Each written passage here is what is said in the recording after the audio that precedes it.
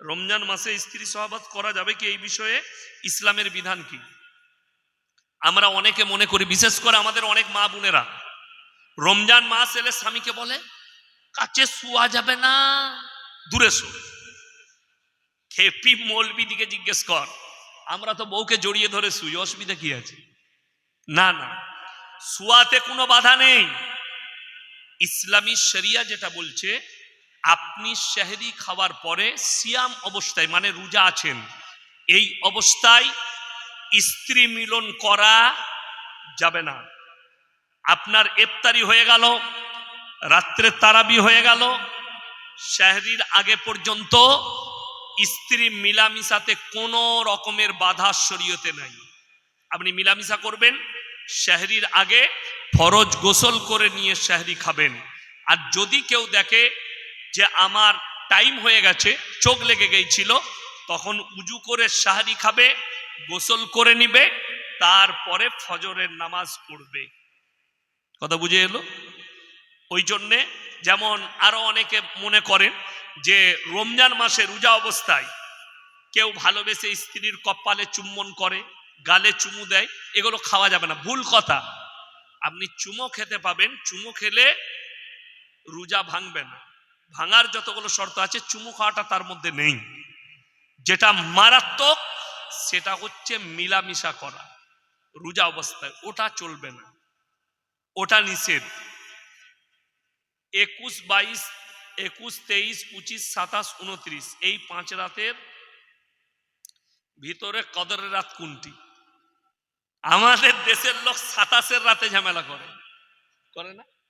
27-এর রাতে আমি চ্যালেঞ্জ ছুড়ে বললাম, পৃথিবীর কোন বাপের বেটা মৌলবি এটাই বলতে পারবে না যে 27-এর রাতটাই সবে কদরের রাত।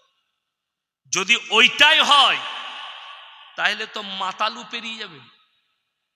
আমাদের দেশে এমনও লোক আছে, আমি আমার বর্ধমান জেলার কথা বলছি, সারা মাস রোজা রাখে না, ও খালি 27-এর রাতে রোজা রেখে 5 কেজি সীতাভোগ আর 5 কেজি মিহিদানা কিনে মসজিদে চলে গেছে। আমাদের বর্ধমানে সীতাভোগ মিহিদানা বিখ্যাত, কিনে নিয়ে চলে গেছে, যে মুয়াজ্জিনকে দিয়েছে, হুজুর নামাজে পড়ে বিলিয়ে দিবেন, জান্নাতে যাবে। ওই 27-এর রাতে নামাজ পড়ে দিয়েছে। কোরআন খুলেন, ইন্না আনজালনাহু ফি লাইলাতুল কদর ওয়া মা আদরাকা মা লাইলাতুল কদর লাইলাতুল কদরি খায়রুম মিন আলফি শাহর। হে নবী বলে দাও, আমি এমন একটি রাত্রি দান করেছি যে রাত্রি ইবাদত করলে 1000 মাস অপেক্ষা বেশি নেকি পাবে। 1000 মাসেরও বেশি অপেক্ষা তোমরা বেশি নেকি পাবে। জোরে বলুন সুবহানাল্লাহ। কিন্তু ওই রাতকে আল্লাহ গোপন করেছেন। 1000 মাসের বেশি হলে, আর যদি রাতটা 27-এর হতো তাহলে আমরা বলে দিতাম ও নামাজ ফামাজ পড়তে হবে না, খালি 27-এর রাতে পড়লেই হবে। বলতাম না লুকানো বলি। বেশিরভাগ মুফাসসিরিনরা বলেছেন যে তোমরা বিজোর রাত্রিগুলো ইবাদত করো, খুঁজো। 21, 23, 25, 27, 29 এই 5টা রাত্রি ইবাদত করবেন সকলে। জোরে বলুন ইনশাআল্লাহ। 5টা রাত্রি 21, 23, 25, 27, 29 এই 5টা রাত্রি ইবাদত করেন, নামাজ পড়েন। নামাজ কেমন পড়বেন এইটা এখন বিষয়। আমাদের দেশের মায়েরা ও বলছে আমি 100 রাকাত নামাজ পড়ব। এই শবে বরাতের দিনে একজন মা ফোন করেছে, হুজুর শবে বরাতের রাতের গোসলটা কি? আমি বললাম তুই গিয়ে দীঘায় ডুব মেরে, আমি জানি না। কেন? ওই গোসলটা হচ্ছে ওর দাদির হাদিস আর নানির হাদিস, কুরআন হাদিস নয়। শবে বরাতের আবার কোথায় গোসল পেলে? যেমন স্যাম্পল গোসল করি ওই গোসল। তোমার ফরজ গোসলের প্রয়োজন হলে করবে, আর ফরজ গোসলের প্রয়োজন না হলে করবে না। কে বুঝাবে আদি? যেমন আমাদের দেশের ছেলেরা এমনি নামাজ পড়ে না। 2 24 পরগনা, মুর্শিদাবাদ, হাওড়া, হুগলি, মেদিনীপুর, নদিয়া, 24 পরগনা শবে বরাতের রাতে কিছু গুটকাখোর ঘুরে বেড়ায় সারা রাত বাইক নিয়ে। সারা বছর নামাজ নাই, ও শবে বরাতের রাতে 100 রাকাত পড়ে জান্নাতে যাবে। ও ঝাঁটা জুতো খাবে, ঝাঁটা জুতো কবরে গিয়ে। কি করবি? শবে বরাতের রাতে চাচার নামাজটা কবুল হবে তোর লয়, যে 365 দিন নামাজ পড়ে। তুমি জীবনে একদিন নেই, ও বলছে আমি নফল পড়ে জান্নাতে যাবো। আচ্ছা বলুন তো, একটা ছেলে স্কুলে কোনো পরীক্ষা দেয়নি, সে শুধু দুটো হাতি করে নিয়ে চলে গেছে কর্মশিক্ষা, হাতের কাজ, সে পাস করে যাবে তো নাকি? না, কোনো পরীক্ষা নাই, খালি হাতের কাজ। আপনার কাছে ফেরেশতারা জিজ্ঞেস করবে ফরজ নামাজ, বলে ওটা খালি পড়তে পারিনি, রোজা বলে ওটা খালি রাখতে পারিনি, তবে বলে সব ব্যাপারটা ফাটিয়ে দিয়েছি। আপনি দেখুন না তাকিয়ে, মুসলিমদের, আমাদের দেশে অমুসলিম ভাইরা দেওয়ালিতে বোম ফাটায় না ফাটায় না? ফাটায়। আমাদের দেশে শবে বরাতে কিছু লোক বোম ফাটাচ্ছে, দাদরা দাদিরা পুতাদের হাতে টাকা দিয়ে দিয়েছে, যা বোম ফাটাকা, গায়ে মনে হচ্ছে যেন চলছে, যুদ্ধ চলছে, পুলিশরাও ফেড়ে পড়ে গেছে। এ পার্টির মারামারি না শবে বরাতের মারামারি? ঝামেলার শেষ নাই। কেউ বলে দেখতো হাদিসে কোথায় বোম ফাটানো আছে শবে বরাতে? নাই। কার? ওর বাপ দাদর আমল, আর দাদির হাদিস, ওর নানির হাদিস, বোম ফাটা। শবে বরাতে গোটা ঘরে মোমবাতি জ্বালাচ্ছে, কেন? বলে তোর দাদু এলে হোঁজট খেয়ে, তার কবরে কি হচ্ছে তা ঠিক নাই, তোর হালুয়া রুটি খেতে হবে। কে বুঝাবে এদিকে?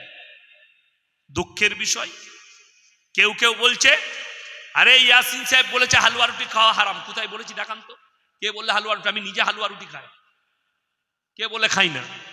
আমি বোম্বেতে গেলে মাহিমে যাই স্পেশাল করে হালুয়ার পরাঠা খেতে, মাহিম, সেখানে খিচড়া পাওয়া যায়, হালুয়ার পরাঠা, আর সেখানে বাবা ফালুদা পাওয়া যায়। আমি স্পেশাল করে গাড়ি ভাড়া করে খেতে যাই ওখানে, আর আমি হারাম বলতে যাবো কেন? হ্যাঁ, কিন্তু খালা যদি বলে শবে বরাতেই হালুয়া রুটি করতে হবে, বেদাত। কে বললে?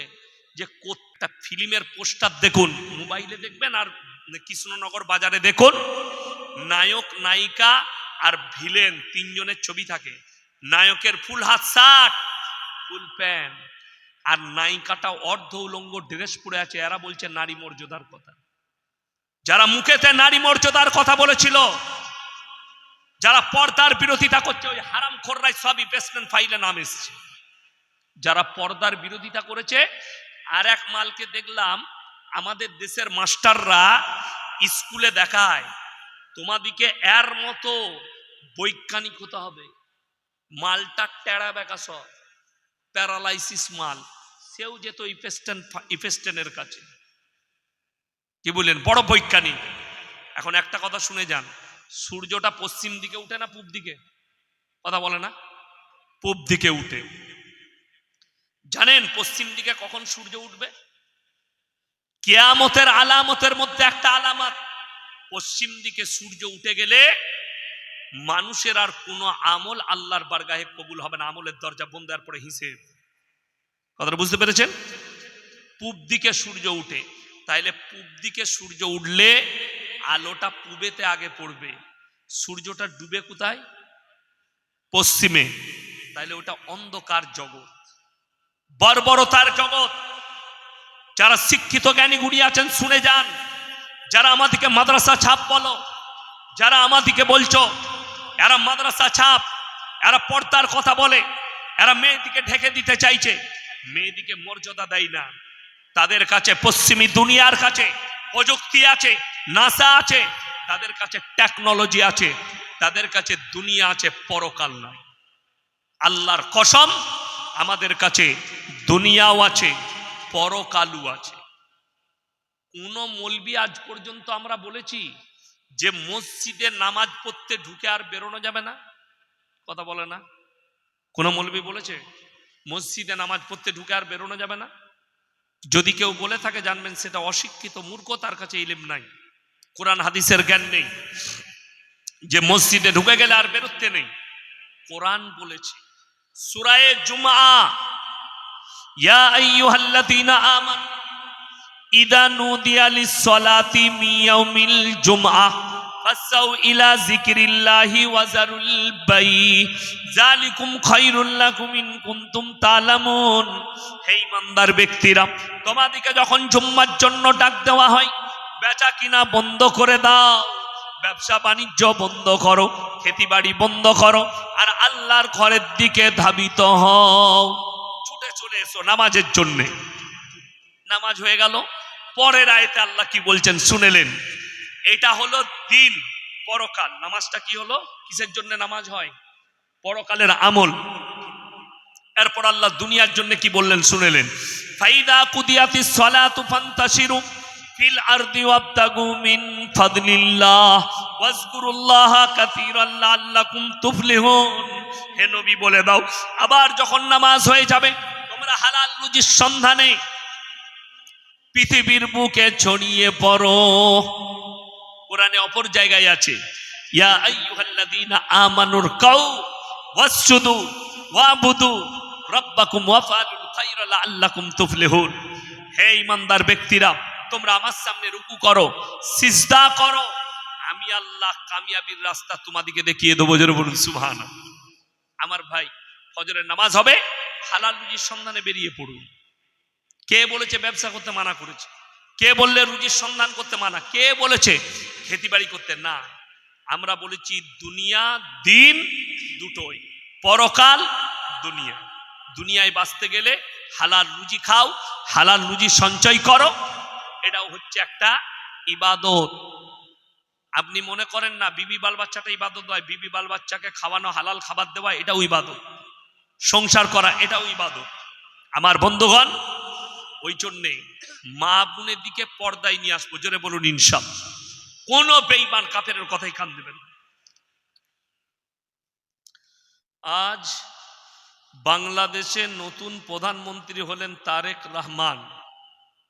আলহামদুলিল্লাহ, আল্লাহ তাকে জিতিয়েছে এবং মানুষ তাকে ভোট দিয়ে জিতিয়েছে।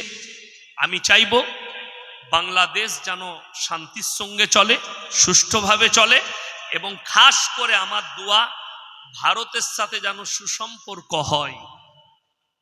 ভারতের সাথে যেন এদের সুসম্পর্ক হয়, এই দোয়া রইল। এবং সরকারকে অনুরোধ যে আপনি দেশকে শান্তির সঙ্গে চালান। আমাদের দোয়া আপনার জন্যে। আপনার মা যান চলে গেছেন, তারেক রহমান ভাইয়ের মা, উনি দুনিয়া ছেড়ে চলে গেছেন, খালেদা জিয়া। আল্লাহ উনার সমস্ত জীবনিক পাপকে ক্ষমা করে আল্লাহ উনাকে জান্নাত নসিব করুক, বলুন আমিন। আর তারেক রহমান ভাইকে আমার আন্তরিক শুভেচ্ছা, ভালোবাসা, এবং যেন ভারতের সাথে সুসম্পর্ক হয় সেই দিকে খেয়াল অবশ্যই রাখবেন। বাংলাদেশে নতুন ভোট হওয়ায় প্রচুর আলেম ও সৎ লোক, অসৎ লোক জিতে গিয়েছে, এই বিষয়ে কিছু বলুন। হ্যাঁ, এরপর বললে গায়ে লাগবে। আমি ইয়াসিন যদি আপনাদের এলাকায় দাঁড়াই, আমাকে নামাজিরাই ভোট দিবে, মাতাল গাঁজাখোররা ভোট দিবে না। দিবে কেন দিবে না? সে জানে ইয়াসিন সাহেব জিতে গেলে মদ আর মাংসর পার্টিটা পাবো না। মাতাল জিতলে সে বলে দিবে জ পেটি মদ নিবি লিগা। কথাটা বুঝতে পারেননি? কিয়ামতের আলামত একটা বলে দিলাম আমি আগেই, যে যতগুলো আলামত আছে তার মধ্যে একটা আলামত, অশিক্ষিত মূর্খরা যখন দেশের নেতৃত্ব দিবে সমাজে, আর শিক্ষিতরা চুপচাপ বসে দেখবে, এটা মারাত্মক আলামত। এটা প্রকাশ পেয়ে গেছে, আর কিছু বলবো না। রমজান মাসে স্ত্রী সহবাস করা যাবে কি? কি পাগলের কি আছে? প্রশ্ন হতেই পারে, পাগলের কি আছে?